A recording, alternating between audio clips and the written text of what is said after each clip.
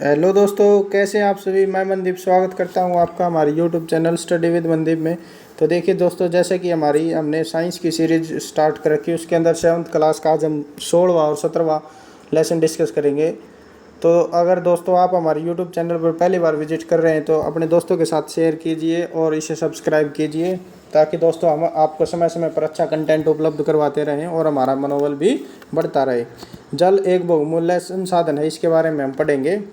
तो देखिए दोस्तों, 22 मार्च का दिन विश्व जल दिवस के रूप में मनाया जाता है।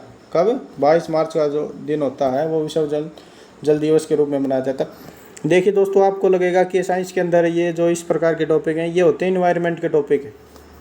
इन्वायरमेंट के साइंस के अंदर काफ़ी होते हैं, मतलब कि जूलॉजी होगी,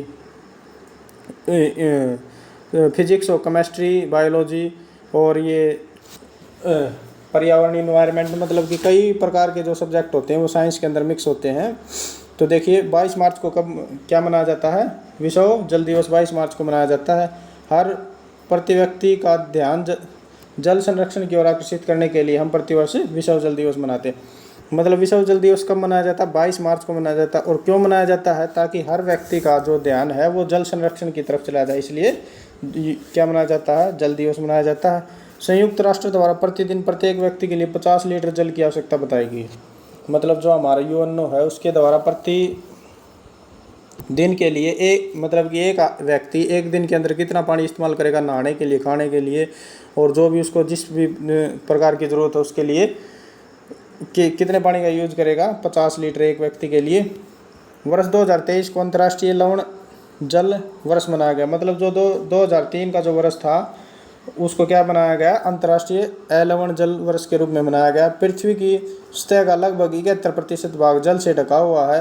पृथ्वी पर उपस्थित लगभग समस्त जल समुद्रों और महासागरों, नदियों, तालाबों, भूमजल, मतलब क्या है कि पृथ्वी का जो लगभग 71% जो भाग है वो किससे ढका हुआ है? जल से ढका हुआ है। जो जल है वो कहाँ कहाँ उपस्थित है? जल है समुद्रों, महासागरों, नदियों, ध्रुवों, बर्फ, भौमजल और वायुमंडल में पाया जाता है ये जो जल। आगे देखिए जल की अवस्थाएं। जल 3 अवस्थाओं के अंदर पाया जाता है दोस्तों, ठोस, द्रव और गैस के रूप में। ठोस तो बर्फ के रूप में, द्रव जैसे कि हमारा जो सिंपल पानी होता है उसके रूप में, और जो गैस है वो जलवाष्प के रूप में। तो आगे देखिए, जल ठोस, द्रव अथवा गैस अवस्था में पृथ्वी पर कहीं भी पाया जा सकता है। मतलब कि 3 अवस्थाओं के अंदर पृथ्वी पर कहीं भी पाया जा सकता है। ठोस अथवा जल में जल बर्फ तथा हिम के रूप में पृथ्वी के ध्रुवों पर बर्फ से ढके पर्वतों, और मतलब यह है कि ठोस के रूप में ठोस जो है वो किस अवस्था में पाएगा? बर्फ के रूप में कहाँ पाएगा? ध्रुवों पर बर्फ से ढके पर्वतों, हिमनदों पर पाया जाता है। द्रव क्या है? द्रव रूप में जो सिंपल जल होता है, भौमजल, नदियों, नालों, महासागरों, भूतल के नीचे पाया जाने वाला जल कौन सा है? द्रव अवस्था की। गैसीय क्या होता है? गैसीय अवस्था में जल हमारे आसपास की वायु में जलवाष्प के रूप में होता है। गैसीय अवस्था में क्या होगा? जलवाष्प के रूप में। द्रव अवस्था में सिंपल पानी, मतलब कि नदियों, नालों, महासागरों और भूतल के अंदर। और जो ठोस अवस्था में कहाँ होगा? बर्फ के रूप में कहाँ होगा? ध्रुवों पर और बर्फ से ढके पर्वतों और हिमनदों पर। भौमजल स्तर क्या होता है? मृदा के कणों के बीच के सारे के सारे रिक्त स्थान और चट्टानों के बीच के स्थान जल से भरे होते हैं। मतलब क्या होता है? मृदा के बीच के सारे रिक्त स्थान और चट्टानों के बीच के स्थान जल से भरे होते हैं। किसके? मृदा के बीच के स्थान और चट्टानों के बीच के स्थान किससे भरे होते हैं? जल से भरे होते हैं। मतलब कि ऊपर मृदा है, मृदा, और ये इसके नीचे क्या है? चट्टान, और ये जो बीच का जो है हिस्सा ये किससे भरा होता है? जल से। इसको क्या कहते हैं? भौमजल स्तर। इस परत की ऊपरी सीमा भौमजल स्तर कहलाती है। मतलब जो ये ऊपर वाली जो परत है ये होगी भूमि, ये हो गया चट्टान, इसकी जो ये ऊपरी परत है ये क्या कहलाएगी? भौमजल स्तर। भौमजल क्या होता है? भौमजल स्तर के नीचे पाए जाने वाला जल क्या कहलाता है? मतलब कि ये भूमि और ये चट्टान, तो ये इस भूमि के नीचे भौमजल स्तर के नीचे पाए जाने वाला जल क्या कहलाएगा? भौमजल। भूमि में जल का रिसाव अंतः संयदन कहलाता है। मतलब कि जो भूमि के अंदर जो जल का रिसाव होता है, जैसे जो हमारी मतलब बरसात होती है, जब जो हमारी भूमि पानी पी जाती है, मतलब कि जो धरती पानी पीती है उसको क्या कहते हैं? अंत्य संवेदन वो क्या कहलाता है, अंत्य संवेदन कहलाता है। वर्षा जल संग्रहण क्या होता है दोस्तों, हमने छठी क्लास के अंदर भी बताया था कि वर्षा जल संग्रहण क्या होता है। वर्षा के जल का मतलब कि वर्षा के जल को एकत्रित करके उसका अच्छी तरह से प्रयोग करना क्या कहलाता है, वर्षा जल संग्रहण कहलाता है।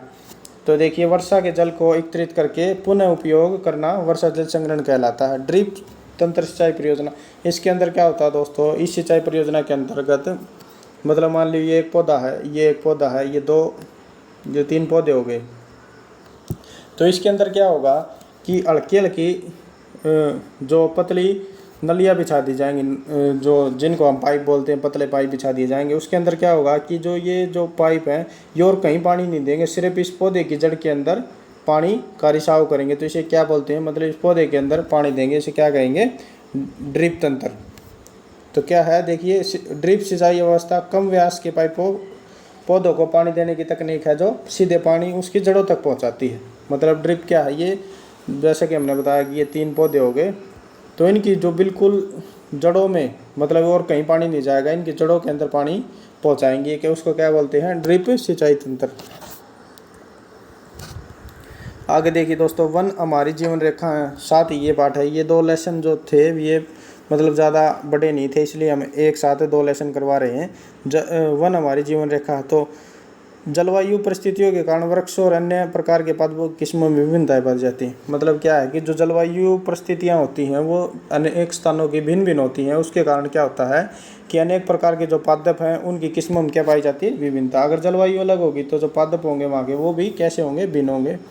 जंतुओं के प्रकार भी विभिन्न वनों में विभिन्न होते हैं, मतलब कि अलग अलग प्रकार के वनों में अलग अलग प्रकार के जीव जंतु रहते हैं। जो जीव पादपों को भोजन करते हैं उन्हें अक्सर अन्य जंतुओं द्वारा भोजन के रूप में लिया जाता है, और इस प्रकार यह क्रम चलता रहता है। इसे क्या कहते हैं, खाद्य श्रृंखला। मतलब देखिए दोस्तों, जैसे बकरी एग्जाम्पल लीजिए, सबसे पहले है घास। सबसे पहले क्या है, घास। इस घास को कौन खाएगी, बकरी। और फिर बकरी को कौन खा जाएगा, शेर। तो इससे क्या हुआ, मतलब कि ये जो क्रम है, जो जीव जंतु पादप को खाते हैं उन्हें उन जीव जंतुओं को वो अन्य जीव जंतु खा लेते हैं। तो ये क्रम इस प्रकार चलता रहता है, इसको क्या बोलते हैं, खाद्य श्रृंखला। मतलब पादप को कौन खाएगी, बकरी। बकरी को घास को कौन खाएगी, बकरी। बकरी को कौन खा जाएगा, शेर। तो ये इस प्रकार से खाद्य श्रृंखला चलती रहती है। इसका क्या मतलब है दोस्तों, जंतुओं के प्रकार, मतलब कि जो जीव पादप को अपना भोजन करते हैं उन्हें अन्य जंतु भोजन के रूप में ले लेते हैं। मतलब कि जो जीव पादप खाते हैं उन्हें अन्य जीव खा जाते हैं, खुद को अन्य जीव खा जाते हैं। तो इस प्रकार ये क्रम चलता रहता है, इसको क्या कहते हैं, खाद्य श्रृंखला। अपघटक, पादपों और जंतुओं के मृत शरीर को ह्यूमस में परिवर्तित करने वाले सूक्ष्म जीव अपघटक कहलाते हैं। मतलब पादप और जंतुओं का जो मृत शरीर है, जब पादप और जीव जंतु मर जाते हैं तो उसके जो शरीर को ह्यूमस में परिवर्तित करने वाले सूक्ष्म जीव क्या कहलाते हैं, अपघटक। अब ये दोस्तों हमने पढ़ा था कि ह्यूमस क्या होता है, जो पृथ्वी के अंदर उपजाऊ और जो इनके जो सड़े गले पादपों की जो उर्वरक शक्ति बनती है पृथ्वी के मतलब भूमि के ऊपरी सतह पर, उसको क्या कहते हैं, ह्यूमस। आगे देखिए अपघटक क्या है, पादपों और जंतुओं के मृत शरीर, मतलब जो पादप और जीव जंतु मर जाते हैं उनके शरीर को ह्यूमस में परिवर्तित करने वाले जीव घटक क्या कहलाते हैं, अपघटक कहलाते हैं। तो देखिए दोस्तों, अब हम देख रहे हैं, लगभग हमने फिजिक्स के अंदर देखा, बायोलॉजी के अंदर देखा, और अब हम इसके अंदर भी देख रहे हैं कि जो हमने पहले पढ़ा था 6th क्लास के अंदर उसको ही मतलब रिलेट करके आगे बताया जा रहा है। तो इससे ये ज़रूरी है कि आप पहले मतलब कि 6th का पढ़ें, उसके बाद 7th का पढ़ें, उसके बाद 8th का पढ़ें, मतलब उसको रिलेट करते जाएं, तभी आप मतलब आपको बिल्कुल अच्छे से समझ आएगा। अब आपको ये नहीं पता होता कि ह्यूमस क्या है तो आपको अच्छा समझ नहीं आएगा। अगर आपको आपने छठी क्लास की जो कक्षाएँ हैं वो अच्छी तरह से लगाई हैं सभी क्लास, तो आपको बिल्कुल अच्छा समझ आएगा कि ह्यूमस क्या है, किसके बारे में बता रहा है, कैसे बनता है। तो इस प्रकार अगर आप पूरा देखेंगे और पूरा मतलब कि सीरियल वाइज लगातार देखेंगे तो आपकी नॉलेज बहुत अच्छी हो जाएगी। आगे देखिए, वन वायुमंडल में ऑक्सीजन और CO2 का संतुलन बनाते हैं। मतलब वनों का क्या कार्य है, वन जो वायुमंडल के अंदर CO2 ऑक्सीजन और कार्बन डाइऑक्साइड का संतुलन बनाए रखते हैं, इसलिए इन्हें क्या कहते हैं, हरे फेफड़े। ये प्रश्न पूछ लिया जाता है कि वनों को हरे फेफड़े क्यों कहा जाता है? क्योंकि वन जो होते हैं वायुमंडल के अंदर कार्बन डाइऑक्साइड और ऑक्सीजन का संतुलन बनाए रखते हैं, इसलिए इनके क्या कहते हैं, हरे फेफड़े। वन एक गतिक सजीव इकाई है जो जीवन और जीवन क्षमता से भरपूर है। वन क्या है? गतिक सजीव इकाई है जो जीवन और जीवन क्षमता से भरपूर है। अब हाँ, ये देखिए दोस्तों, इसके अंदर ये रह गया है कि वृक्ष अपने मूल जड़ों से जल अवशोषित करते हैं और वाष्पोत्सर्जन द्वारा निर्मुक्त करते हैं। क्या है? जो पेड़ पौधे होते हैं वे क्या करते हैं, अपनी जड़ों से तो जल को लेते हैं, ठीक है, जड़ों से जल को ले लिया, और इस जल को फिर कैसे वाष्पोत्सर्जित करेंगे? जो पत्ती होती हैं पेड़ों की, उन पत्तियों से वाष्पोत्सर्जन के द्वारा उत्सर्जित निर्मुक्त कर देते हैं, मतलब जलवाष्प के रूप में निर्मुक्त कर देते हैं। तो अब हम इनके दोस्तों सारांश देखेंगे पाठों के। देखिए दोस्तों, इनके अब हम सारांश पढ़ते हैं। जल सभी सजीव जीवों के लिए अनिवार्य है, इसके बिना जीवन संभव नहीं है। मतलब जो जल है सभी जीवों के लिए अनिवार्य है और इसके बिना जीना संभव नहीं है। जल 3 अवस्थाओं में पाया जाता है, ठोस, द्रव और वाष्प। कौन सी? ठोस, द्रव और वाष्प के अंदर जल पाया जाता है।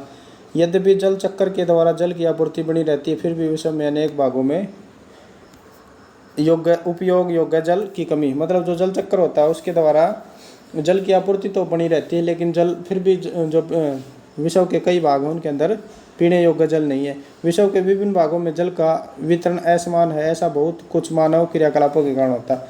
मतलब विश्व के जो विभिन्न भाग हैं उनके अंदर जो जल का असमान वितरण का मतलब जल कहीं ज़्यादा है, कहीं कम है। ऐसा क्यों है? क्योंकि ये ऐसा मानव की क्रियाकलापों के मतलब कि जो मानव गतिविधियाँ करता है उसके कारण ऐसा है। उद्योगों की तेज़ी से बढ़ती जनसंख्या, सिंचाई की बढ़ती आवश्यकताएं और कुप्रबंधन जल की कमी के कारण होती हैं। मतलब उद्योगों की तेज़ी से बढ़ती हुई वृद्धि, मतलब जल्दी फैक्ट्रियाँ बढ़ रही हैं, जनसंख्या ज़्यादा हो रही है, सिंचाई की आवश्यकताएं बढ़ रही हैं, और कुप्रबंधन जल की कमी, मतलब जल की कुप्रबंधन मतलब कि जल का जो प्रबंधन है वो अच्छा नहीं, उसके कारण जल की कमी हो रही है। हमें पाइपों द्वारा जल आपूर्ति के समय भवनों और अन्य स्थानों में रिश्ते नलों के कारण होने वाले जल की बर्बादी के प्रति जागरूक होना चाहिए। जल के अनावश्यक, ये कोई इंपॉर्टेंट नहीं दोस्तों परीक्षा की दृष्टि से। समय की मांग है कि हर व्यक्ति जल का उपयोग मितव्ययता से करे। मतलब कि हर व्यक्ति जो जल का उपयोग अपनी आवश्यकता अनुसार करे। यदि पौधों को कुछ दिनों तक पानी न दिया जाए तो वह मुरझा जाते हैं और अत्यंत सूख जाते हैं।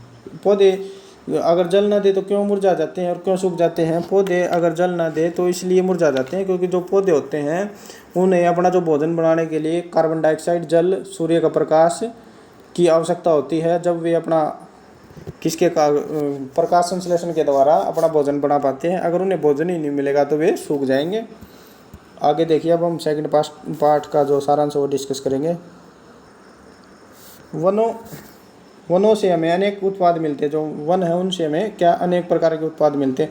वन विभिन्न पादपों, जंतुओं और सूक्ष्म जीवों से मिलकर बना एक तंत्र है। मतलब कि जो वन है वो अनेक प्रकार के पादप, जीव जंतुओं से मिलकर बना हुआ एक तंत्र है। तंत्र का मतलब कि एक पूरा समूह है। वनों की सबसे ऊपरी परत वृक्ष शिखर बनाते हैं। मतलब जो वन होते हैं उनके जो ऊपर की परत होती है उन्हें क्या कहते हैं? वृक्ष शिखर। मतलब कि जो पेड़ों की जो शिखर होता है उसी को क्या कहते हैं? वृक्ष शिखर। जिसके नीचे झाड़ियाँ द्वारा बनी परत होती है। शाक वनस्पतियाँ सबसे नीचे होती है। मतलब शाक तो छोटे मोटे पौधे हो गए जो सबसे नीचे होते हैं। वनों में वनस्पतियों की विभिन्न परतें जंतुओं, पक्षियों और कीटों को भोजन और आश्रय प्रदान करती है। मतलब जो वन है वनों में वनस्पतियों की विभिन्न परतें जंतुओं, पक्षियों और कीटों को क्या प्रदान करते हैं? आश्रय और भोजन प्रदान करते हैं। वन के विभिन्न घटक एक दूसरे पर निर्भर करते हैं। मतलब वन के अंदर जो चीज़ होती हैं, जीव जंतु, पादप, वे एक दूसरे के ऊपर निर्भर करते हैं। एक दूसरे के ऊपर निर्भर कैसे करते हैं दोस्तों? जैसे कि जो ये हमने खाद्य श्रृंखला का एग्जाम्पल दिया था, बकरी घास खाती है, बकरी को फिर शेर खा जाएगा। तो इस प्रकार क्या है, बकरी जो है घास पर निर्भर करती है और जो ये जो जीव जंतु हैं ये एक दूसरे पर निर्भर करते हैं। वन वृद्धि करते और परिवर्तित होते रहते हैं। इनका पुनर्जनन हो सकता है। मतलब वन क्या है, वृद्धि करते रहते हैं और परिवर्तित होते रहते हैं, और इनका जो पुनर्जन्म मतलब ये दोबारा इनका जन्म हो सकता है। वन में मृदा, जल, वायु और सजीवों के बीच परस्पर क्रिया होती रहती है। मतलब वन के अंदर क्या होता है, मिट्टी, मृदा, जल, वायु और सजीव मतलब जो जीव जंतु उनके बीच परस्पर लगातार क्रिया होती रहती है। क्या होती रहती है, किस किस के बीच, वन में मृदा, जल, वायु और सजीवों के बीच, जो जीव जंतु उनके बीच लगातार परस्पर क्रियाएं होती रहती हैं। वन मृदा को अपरदन से बचाते हैं। मृदा अपरदन क्या होता है दोस्तों जो मिट्टी की ऊपरी सतह का कट वायु द्वारा या जल द्वारा बहकर किसी अन्य स्थान पर चले जाना या कट जाना क्या कहलाता है, मृदा अपरदन।